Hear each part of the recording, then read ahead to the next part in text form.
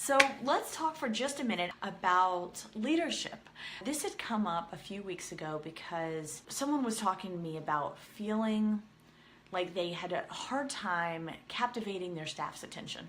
It started us down this really interesting conversation about what it means to be a leader and what it means to be respected by people, what attributes about people gain respect of others, and what attributes about people tend to lose and quickly lose the respect of others. And it was such a fascinating conversation, so I'd love to talk with you guys a little bit about it today. One of the first conversations that I had with a former coworker of mine that really stood out was her telling me about her history as a softball player. She was an incredible softball player in her high school years and then went on to play professionally for a little while. And she was a catcher. And I thought, why that position? And she explained that the catcher is the person who's in control of the game. And I thought, what are you talking about? They're the quiet ones. They're kind of squatting and they're hidden. And what are you talking about? They don't seem to be the ones that are getting a lot of the TV time, the monitor time. And she said, yeah, that's the whole point. While everybody's looking at the pitcher and everybody's looking at the hitter, she's the one calling the shots. And what was really interesting is the position she was in this job was very similar. And she said, that's why I chose this position. I'm not the boss. I'm the right-hand woman to the boss. And so I'm the one that gets to influence all the decisions that are being made. And I get to,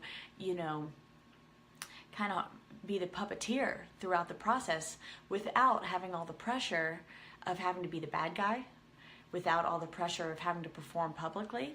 She gets to kind of be the person with the power behind the scenes. And I thought, well, that's really interesting.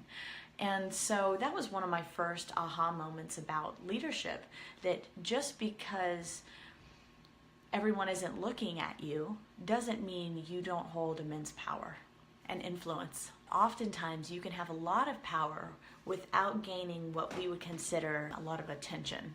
We have this myth that leaders have all the answers and they know the right ways of doing things and they must be the best at it. That the general has to be the strongest soldier on the field kind of concept. And this is propagated through television and media, and we're constantly given these messages that you need to be the hero and you need to be the best at something in order for people to respect you. And it's actually the reverse, that people respect you when you respect them first.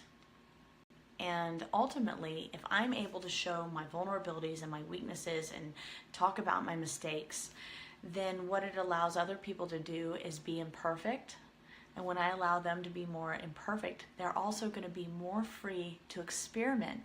And the more we experiment and we trial and error and try new things, the more we learn and the stronger we get. The last thing that stood out was what you're aiming for when it comes to being a leader. What are your goals? Are leaders aiming to gain attention and be the boss and to be in charge? Often not. Most people who have been some of the strongest leaders in history were introverts and often didn't like a lot of attention on them. What had happened was they simply could not tolerate things not changing. They needed something to change, and they were passionate about an idea.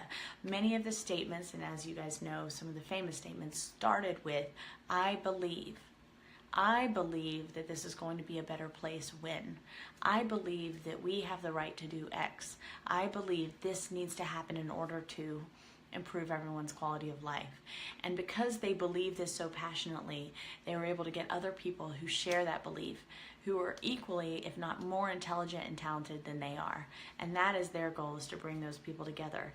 And the ultimate goal is to solve a problem. And that's what leaders are good at, is finding out all those moments where you think, I don't know how to fix this. They hear those things. Leaders are people who constantly hear when problems are arising and they are searching for the solutions to it. They're very good at asking questions, finding out where problems exist and are passionate about solving those problems. And that is kind of the formula. Some of the most powerful leaders aren't necessarily the people who are up front and gaining all the attention and doing all the talking. And also some of the most powerful leaders are the last ones to speak, not the first ones. Because what's very important isn't how much they're speaking, but it's what they have to say. And that's where the power is, that they've taken the time to really listen to all perspectives before they even begin to attempt to draw their own.